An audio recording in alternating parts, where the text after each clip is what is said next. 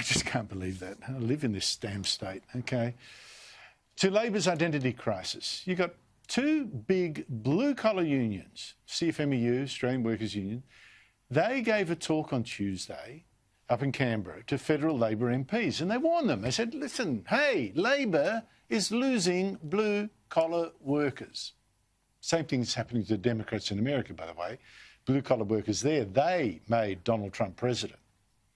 But in Canberra, these two unions representing miners and construction workers, they said, this global warming ideology of yours, cool it a bit. Labor's got to seem less anti-coal, less anti-gas. And it can't, at this stage anyway, hope that solar and wind farms are going to come galloping up the hill and, hello, produce all the electricity we need to run factories. Not going to happen. Now, I assume you know all that already, that, this con about renewable energy, so I won't go into that again, or the global warming religion of the intellectual class that Labor is now pushing.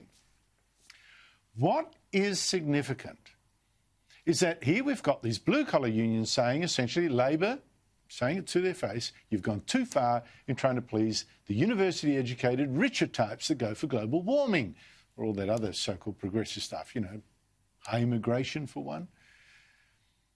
And the reason it's a mistake is because there's been this big switch.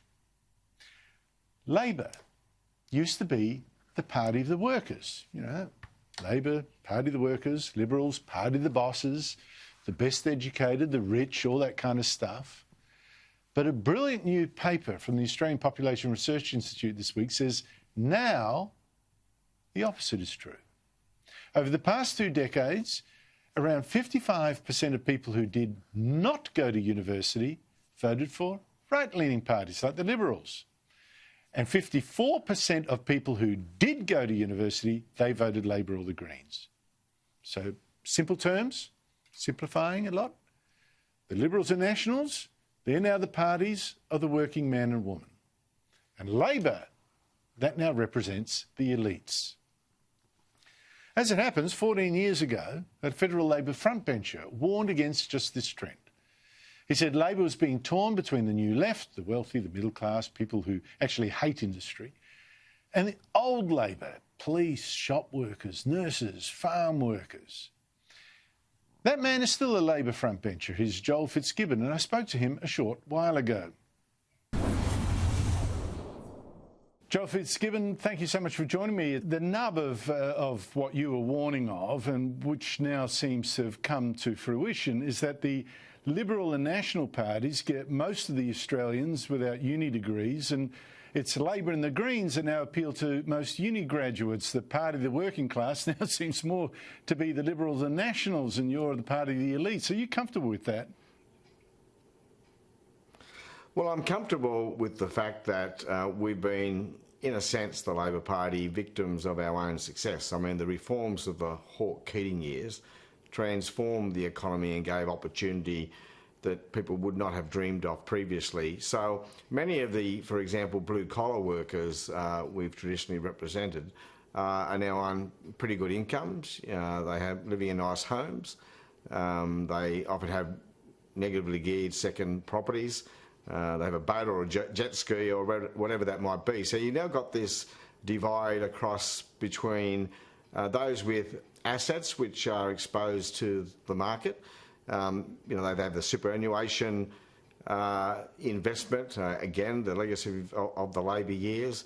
They might have investments separately in the share market, for example, and they aspire to continue to build wealth. And we have to be the party of aspiration. We have to give them every opportunity to meet those aspirations, but at the same time, we need to ensure that we remain the party of lower paid workers, which are more typically found now, unfortunately, in the services sector, in the childcare sector and the aged care sector, for example.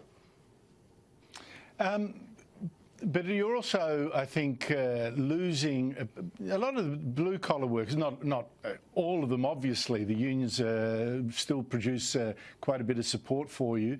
But I'm wondering whether it is issues like global warming that now exposes this problem for you most, this you've got the new Labor elite over there, and you've got the blue-collar workers over here, and global warming comes right in the middle. And there was a time, Andrew, when a Labor government was dealing with the need to lower the tariff walls and to expose our manufacturing sector to the global market. And that was very, very hard, and it caused problems for us then. But no one would, well, some would, but very few would argue now that that was a mistake and we should still have those tariff walls in place. Tariff walls, which of course were a tax on Australian consumers. And climate's a bit the same. People are very sceptical about whether we need to take meaningful action. I believe we do, and we should. But as Daniel Walton and Tony Marr from the AWU and the CFMEU told our group on Tuesday, you need to move forward in a sensible way. We can't get to, for example, a net zero emissions objective if we deindustrialise our country too quickly. So we just need to be sensible of how we advance these policies, and we need to be, you know, if we support the coal mining industry and we support the gas sector, and we do, we need to proudly say that. We're very quick to say we support the renewable sector and renewable workers. We've also got to be proud to say we support coal workers and gas workers just as loudly and just as proudly. Yeah, but I think in all of this, isn't it, you've really got to do cost-benefit analysis. If we get rid of coal, is it really going to make much difference to the climate? And will that be a good difference, a bad difference? I never see that argument made by the people proposing all this. Now, this policy, you know, you get instead this extreme anti-coal, anti-gas movement. Is that the push that's most likely to cost you more working class supporters? I mean, could it in fact cost you the support of the unions who still support Labor, but by crikey, they also supposedly support a lot of coal miners? Well, Daniel Walton and Tony Marr told us three things basically on Tuesday. They reminded us where all the coal, gas and manufacturing jobs are. And in Melbourne, for example, 250,000 people would work directly in the manufacturing sector. So they're reminding us how many jobs there are and geographically where they exist. Then they explained that while it's fine to have an ambition to get to net zero emissions, you need to get there sensibly, not slowly but cautiously. And if you deindustrialise too quickly, then you discard the very things that are going to assist you in your efforts to get there. And they include, of course, coal generation and gas. Joel Fitzgibbon, thank you so much for your time. A pleasure, mate.